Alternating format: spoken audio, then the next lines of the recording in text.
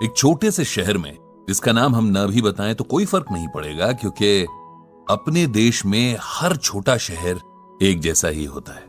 वही मोहल्ले, वही गलियां, वही पान और चाय की छोटी छोटी दुकानें, और उनमें दुनिया जहान की बातें करते, वक्त काटते कुछ बड़े बूढ़े।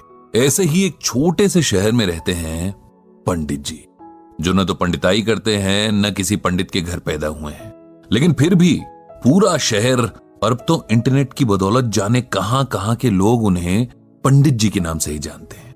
उनका असल नाम तो ब्रजभूषण है। एक सरकारी ऑफिस में जिंदगी भर काम करने के बदले ठीक ठाक पेंशन लेकर रिटायर हुए हैं।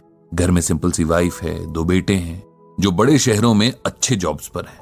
कुल मिलाकर पंडित जी की लाइफ में सुकून और सुख दोनों है। अब सवाल ये उठता है कि दुनिया, यहां तक कि उनकी पत्नी भी उन्हें पंडित जी क्यों कहती है? इसके पीछे एक कहानी है, कहानी जो कि पंडित जी, मेरा मतलब ब्रजभूषण जी के जीवन में घटी सच्ची घटना भी है। यूं देखा जाए तो हर कहानी कभी न कभी, कहीं न कहीं हो चुका एक इंसिडेंट ही तो है। बात उस दौर की है जब हमारे देश में कंप्यूटर रेवोल्यूशन शुरू ही हुआ था। तमाम बड़े सरकारी ऑफिसेज में कंप्यूटर लगाए जा रहे थे और एम्प्लॉइज को उन्हें चलाना सिखाने के लिए ट्रेनिंग दी जा रही थी। ब्रजभूषण जी हमेशा से पढ़ने और नई चीजें सीखने के बड़े शौकीन थे। उन्होंने न सिर्फ लिटरेचर बल्कि रिलीजियस किताबें भी बड़े इंटरेस्ट से पढ़ी थी। बल्कि उनकी पत्नी के शब्दों में कहें तो रामायण और गीता तो वो घोट कर पी गए थे। अक्सर घर और ऑफिस की महफिलों में बहुत सुंदर शब्दों में रामचरितमानस की चौपाइयां और गीता के श्लोकों की बड़ी सिंपल और इजी एक्सप्लेनेशन देते थे। अब जब कंप्यूटर सीखने की बारी आई तो उन्होंने इसमें भी बड़े इंटरेस्ट के साथ पार्टिसिपेट किया, जबकि उनके साथ के बाकी लोग जाने क्यों बड़े बेमन से कतराते हुए ट्रेनिंग में हिस्सा ले रहे थे। उन्हें ट्रेनिंग देने वाली टीम कहीं बाहर से आई थी। 4 जवान लड़के जो शायद अभी अभी पढ़ाई पूरी करके निकले थे, इन्हें सिखा रहे थे। इस टीम में एक लड़का था जो बहुत कूल और काम नेचर का था। बड़े पेशेंस से इन लोगों को सिखाता था और कभी भी बेवकूफी भरे सवालों पर गुस्सा नहीं होता था।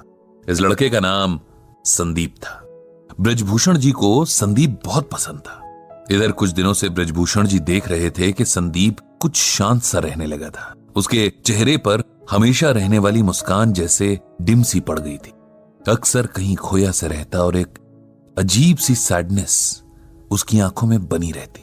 अब ब्रजभूषण जी एक्सपीरियंस्ड आदमी थे, जानते थे कि अगर इस एज में डिप्रेशन ने पकड़ लिया तो जिंदगी खराब कर देगा। इसीलिए उन्होंने संदीप से बात करने की सोची और एक दिन उसे डिनर पर घर बुलाया। संदीप आया और खाना खाने के बाद पंडित जी उसे साथ लेकर वॉक पर निकल गए। फिर बातों बातों में उसकी परेशानी का कारण पूछा, जिसे पहले तो वो टालता रहा, लेकिन फिर उसने अपनी परेशानी का रीजन बता ही दिया। दरअसल पिछले 5 सालों से संदीप किसी बड़े कंपेटिटिव एग्जाम की तैयारी कर रहा था और लगातार मेहनत के बाद भी तीसरी बार उसे फेलियर ही मिली थी, जिसने उसकी हिम्मत पूरी तरीके से तोड़ दी थी। उसे लगने लगा था कि उसकी जिंदगी के 5 साल बस यूं ही वेस्ट हो गए और अब उसका कोई फ्यूचर नहीं होगा। इतनी मेहनत के बाद मिले फेलियर ने उसे चौथे और आखिरी मौके के लिए भी मायूस कर दिया था। वो अब आगे एग्जाम्स की तैयारी नहीं करना चाह रहा था और कहीं ना कहीं अपनी फेलियर के लिए खुद को ही गिल्टी मान रहा था, यानी दोषी ठहरा रहा था कि शायद उसकी मेहनत में ही कहीं कमी रह गई थी। यह सब सुनकर ब्रजभूषण जी ने तुरंत संदीप को श्रीमद् भागवत गीता का यह श्लोक सुनाया।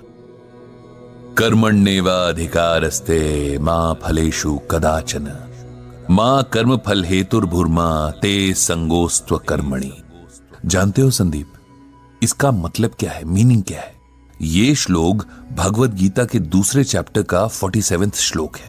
जब अर्जुन रणभूमि पर अपने सगे संबंधी, अपने गुरु, भाई और दोस्तों को देखकर युद्ध छोड़ देना चाहते हैं, तब भगवान उसे गीता का उपदेश देते हैं। और गीता का ये श्लोक तो संपूर्ण गीता की समरी जैसा ही है।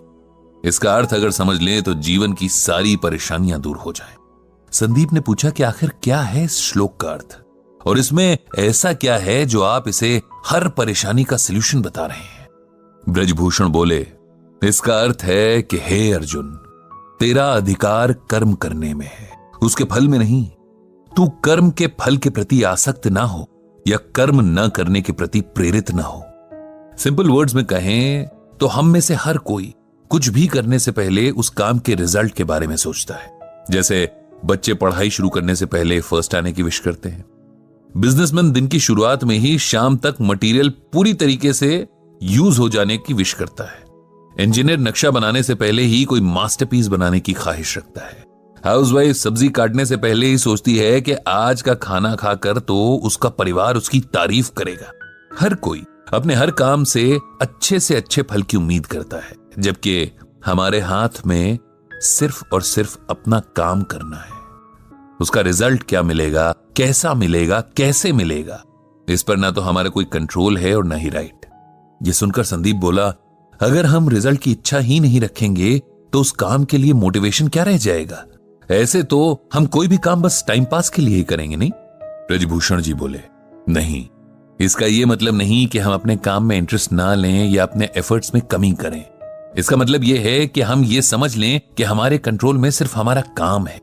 उदाहरण के लिए, एक बच्चे का काम पूरे साल भर अच्छे से पढ़ाई करना है, लेकिन परीक्षा का रिजल्ट और भी कई बातों पर डिपेंड करता है, जैसे कई बार कॉपी चेक करने वाले के मूड पर भी।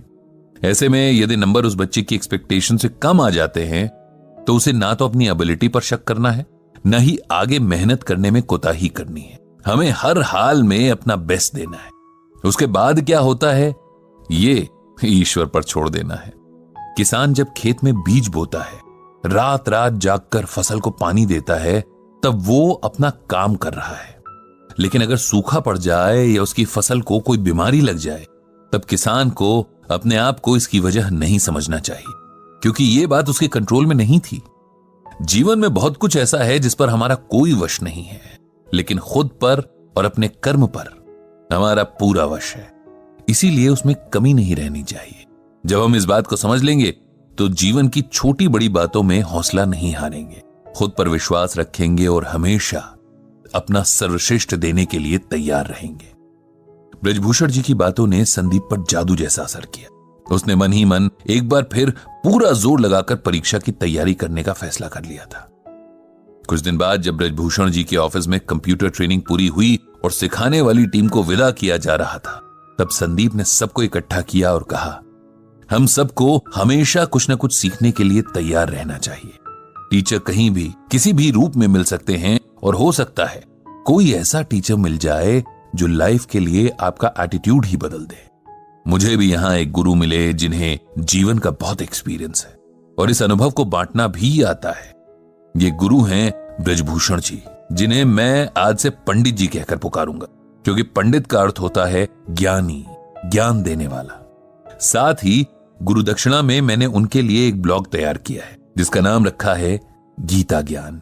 इस ब्लॉग से पंडित जी गीता के जरिए लोगों को उनकी परेशानियों में राह दिखा सकते हैं, उन्हें उम्मीद देकर नए ढंग से जीना सिखा सकते हैं।